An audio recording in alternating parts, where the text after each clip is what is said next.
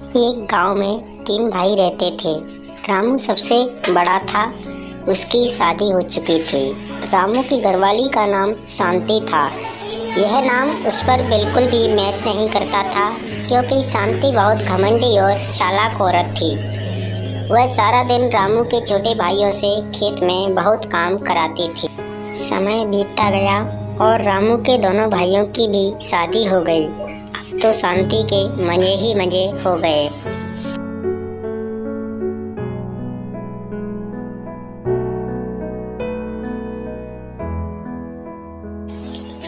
खेत में रामू के दोनों भाई काम करते रहते थे और घर पर शांति अपनी दोनों देवरानी से बहुत काम कराती थी। अब तो शांति उन पर बहुत अच्छा अत्याचार करती और उन दोनों को नौकर से ज़्यादा कुछ नहीं समझती थी।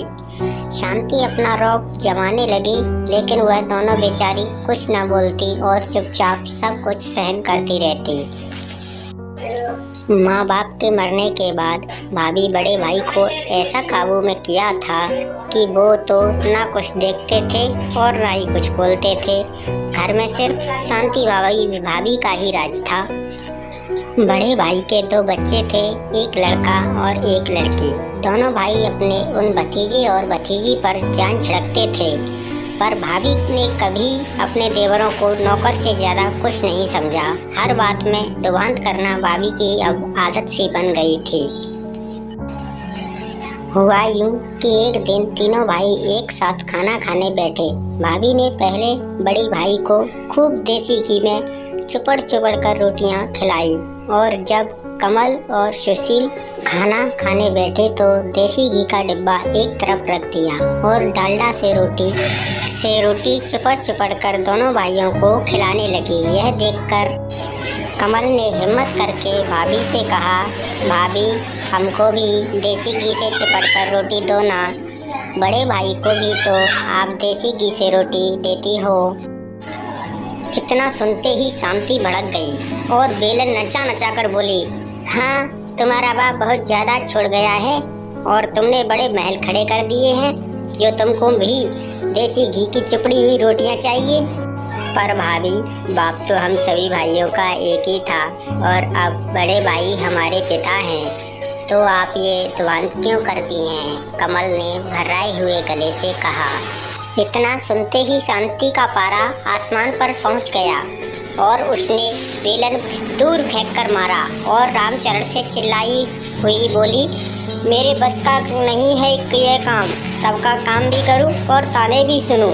पत्नी को क्रोध में देखकर रामचरण की तो जैसे जान ही निकल गई।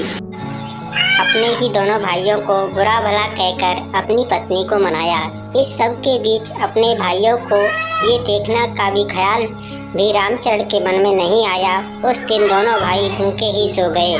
समय बीता और कमल सुशील दोनों की शादी हो गई, लेकिन हालात जस के तस थे। भाई अब अपने दोनों भाइयों को इसलिए घर से नहीं निकलता था कि इनसे अच्छे नौकर उसको कहाँ मिलेंगे, और भाभी को अब 2 अच्छी नौकरानियाँ मिल गई थीं। पर कहते हैं कि समय एक साथ कभी नहीं रहता।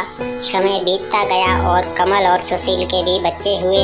घर छोटा पड़ने का बहाना बनाकर शांति और रामचरण दोनों ने भाइयों को अलग अलग कर दिया। दोनों भाइयों को खाली हाथ घर से, पर दोनों भाइयों ने अपनी एकता को अटूट रखा और एक ऐसा घर लिया जहाँ वे दोनों अपने परिवार सहित रहने लगे। भाई के व्यवहार से भी दोनों का मन खट्टा हो गया और दोनों भाइयों ने अलग अलग नौकरी कर ली और सुखपूर्वक अपने परिवार में मगन रहने लगे।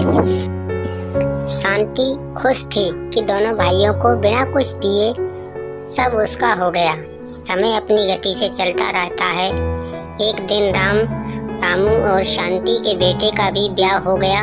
शांति बड़े अरमानों से अपने बेटे के लिए बहू लेकर आई थी। शादी में बड़े भाई ने अपने पत्नी प्रेम के चलते अपने दोनों छोटे भाइयों को न्योता नहीं दिया था।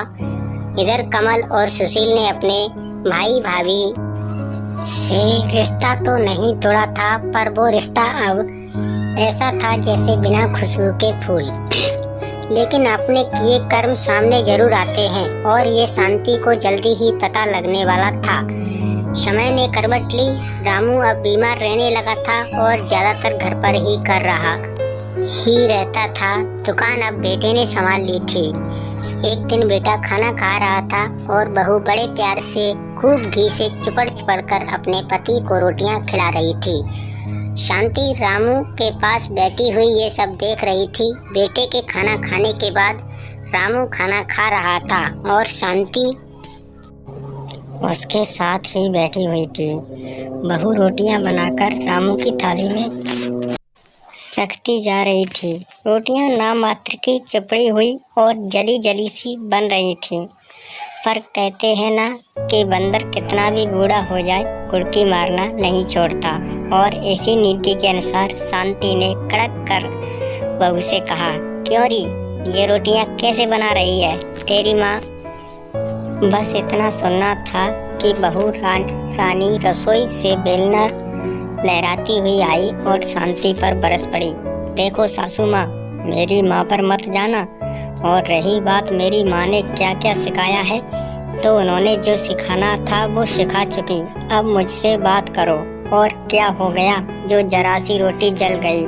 खा लोगे तो कुछ हो नहीं जाएगा। जो सारा दिन अपना हाथ फैले रहता है दुकान पर, उसका ध्यान करूं या इनका जो सारे दिन घर में पड़े रहते हैं? रामू खाना बीच में ही छोड़कर अपने कमरे में चला गया। दूसरे कमरे में ये सब सुन रहे बेटे को चुप देखकर शांति बस भगवान से यही प्रार्थना कर रही थी कि ये दिन देखने से पहले वो मर क्यों नहीं गई। एक मेरे देवर और देवरानियां थी जिन्होंने आंख उठाकर भी हम भैया भाभी को कभी नहीं देखा। जवाब देने की तो बात बहुत दूर रही और आज मेरी बहू ही। उस दिन के बाद शांति की आवाज़ तो जैसे चली ही गई।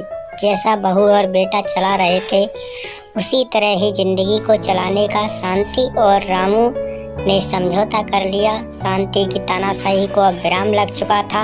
शांति अब अपनी देवरानियों के बीच उपहास और दया का पात्र बन गई थी। घड़ी घड़ी पुरानी बातों में खो जाना अब उसकी आदत बन चुकी थी।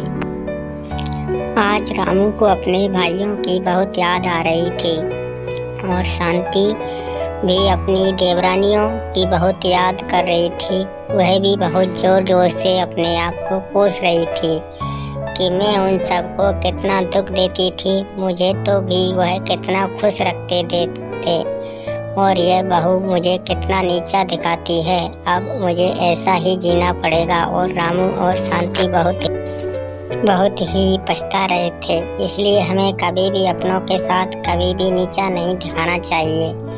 कभी न कभी समय बदलता ही है, इसलिए हमें घर परिवार में सदैव सुखी और सबके साथ रहना चाहिए।